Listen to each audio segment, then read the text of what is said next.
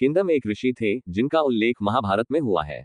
महाराज पांडु के द्वारा अज्ञानतावश किंदम तथा उनकी पत्नी का वध उस समय हो गया जब वे दोनों प्रणय क्रिया कर रहे थे। अपनी मृत्यु से पूर्व किंदम ऋषि ने महाराज पांडु को यह शाप दिया कि यदि काम के वशीभूत होकर उन्होंने अपनी पत्नी के साथ सहवास किया तो वे मृत्यु को प्राप्त होंगे। दोस्तों, आगे जानने से पूर्व हमारे channel king of story number 1 को लाइक और सब्सक्राइब जरूर करें। आइए जानते हैं कि पांडु को किस कारण श्राप मिला। एक बार हस्तिनापुर के राजा पांडु वन में घूम रहे थे, तभी उन्हें हिरणों का एक जोड़ा दिखाई दिया। पांडु ने निशाना साधकर उन पर 5 बाण मारे, जिससे हिरण घायल हो गए।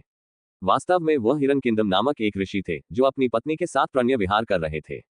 तब किंदम ऋषि ने अपने वास्तविक स्वरूप में आकर पांडु को शाप दिया कि तुमने अकारण मुझ पर और मेरी तपस्वी पत्नी पर बाण चलाए हैं जब हम विहार कर रहे थे। अब तुम जब कभी भी अपनी पत्नी के साथ सहवास करोगे तो उसी समय तुम्हारी मृत्यु हो जाएगी तथा वह पत्नी तुम्हारे साथ सती हो जाएगी। इतना कहकर किंदम ऋषि ने अपनी पत्नी के साथ प्राण त्याग दिए। ऋषि की मृत्यु होने पर पांडु को बहुत दुख हुआ। ऋषि की मृत्यु का प्रायश्चित करने के उद्देश्य से महाराज पांडु ने संन्यास लेने का विचार किया। जब उनकी कुंती व माद्री को यह पता चला तो उन्होंने पांडु को समझाया कि वानप्रस्थाश्रम में रहते हुए भी आप प्रायश्चित कर सकते हैं। पांडु को यह सुझाव ठीक लगा और उन्होंने वन में रहते हुए ही तपस्या करने का निश्चय किया।